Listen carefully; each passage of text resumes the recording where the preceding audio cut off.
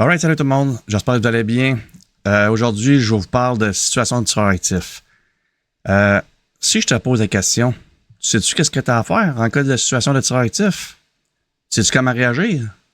Qu'est-ce que tu dois faire? Ce que tu ne dois pas faire? Et côté service policier, les autres, qu'est-ce qu'ils peuvent faire? Comment ça fonctionne? Ben, écoute, on va y aller une étape à la fois. Donc, tu te retrouves dans une situation, t'entends quelqu'un tirer dans l'école. Je vous donne un exemple de l'école parce que c'est ça qui est arrivé les dernières fois. Donc, t'entends tirer, t'entends du monde crier. Il faut identifier le plus possible l'origine du son. D'où est-ce que ça vient. Puis là, il y a une panique qui s'installe.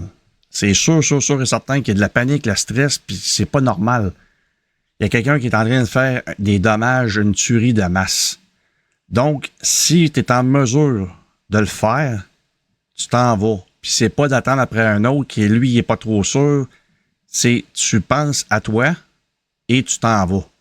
Fait que comme ça, c'est une vie de moins qui est en danger et tu vas pouvoir même donner des informations supplémentaires en partant aux policiers qui sont à l'extérieur, qui vont se préparer eux autres à faire des entrées dynamiques ou récolter de l'information pour effectuer le déplacement là, pour être capable d'aller neutraliser la menace. Donc, tu sors, t'es correct, t'as réussi à sortir de là. L'autre affaire, c'est que si jamais dans le cas, t'es pas capable de fuir de la place, ben, tu trouves un local, ferme les lumières, barre la porte. S'il y a des stars, t'es fermes, puis tu mets ça, t'appelles dans le 911 tout de suite. Puis tu laisses ton téléphone en fonction. Ça, c'est important. Comme ça, ben, ils vont tout entendre qu'est-ce qui se passe, les communications, etc. Puis dans le cas que t'as pas le choix, t'arrives face à face avec le tueur, ben, c'est fight. Tu y vas, ça le dit, là, t'as plus le choix pantoute. T'es confronté à ça, tu y vas. OK? C'est ta vie qui est on the edge. OK? C'est ta vie qui en dépend. Donc, ça, c'est les procédures au niveau de les victimes. Dans le cas que tu te retrouves victime de la tuerie de masse.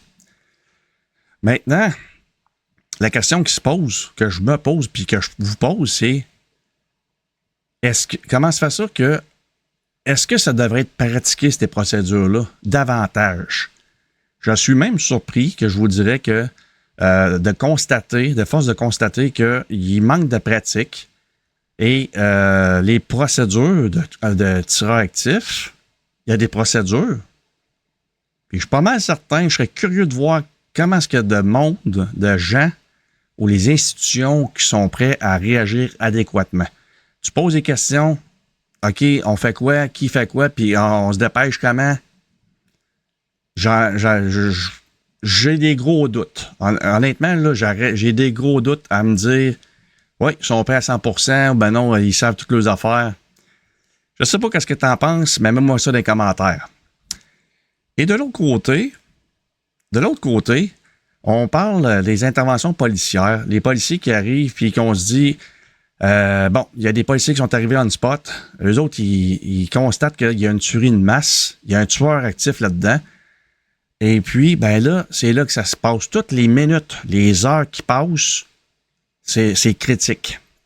Donc, on sait pertinemment que quand il arrive des tueries de masse, c'est le GTI, OK, les groupes d'intervention de police.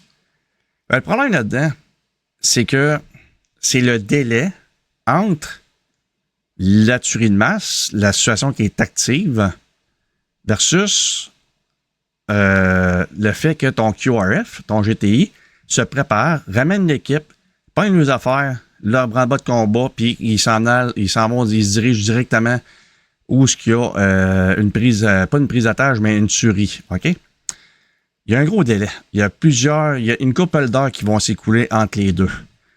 Donc, les policiers là, qui arrivent on spot, là, qui sont déjà là, les patrouilleurs, pourquoi que ces policiers-là, ils ne peuvent pas intervenir? Les formations adéquates sur base continue, en CQB, il pourrait facilement permettre de gagner du temps en rapidité, effectuer des interventions quand même plus rapides et en attendant que tu as le GTI qui s'en vient, un coup qu'ils vont être arrivés, ben, le terrain qui va avoir été gagné, ben, ça va être déjà ça. De fait, ça va être déjà acquis. Puis les policiers qui vont avoir déjà emboîté le pas pour effectuer les entrées dynamiques ou la progression, ben à ce moment-là, les autres, ils vont prendre les informations puis ils vont pouvoir tout le temps transférer ça au quartier général, au PC, poste de commandement, qu'eux, ils vont tout prendre ça puis ils vont tout analyser les affaires puis passer l'information au GTI, les autres, ils ont tout l'équipement complet. Pour faire ça, par contre, pour permettre à tes policiers patrouilleurs d'effectuer ça, le travail, il faut qu'il y ait un bon entraînement. Il faut qu'il y ait une bonne préparation. Et il faut qu'il y ait le temps de le faire. C'est sûr, certain que si tu me dis que ça pratique une fois par semaine, ou 2 semaines, ou par mois, c'est pas assez pantoute. OK? Du CQB, quand que tu veux, quand tu fais des entrées dynamiques, etc., ça, c'est des drills, c'est du repeat, là. C'est repeat, repeat, repeat. Donc, est-ce que c'est impossible pour les policiers patrouilleurs de le faire? Non, c'est pas impossible. C'est pas impossible. Il faut juste que la lourdeur administrative soit mise de côté, puis les égos soient mis de côté, puis dire ça nous appartient, c'est notre job. Non, c'est plus que ça, là. On va plus loin que ça, là. Il faut penser à la vie humaine, puis il faut que ça go, là. OK? Il faut que ça go, là. Puis, en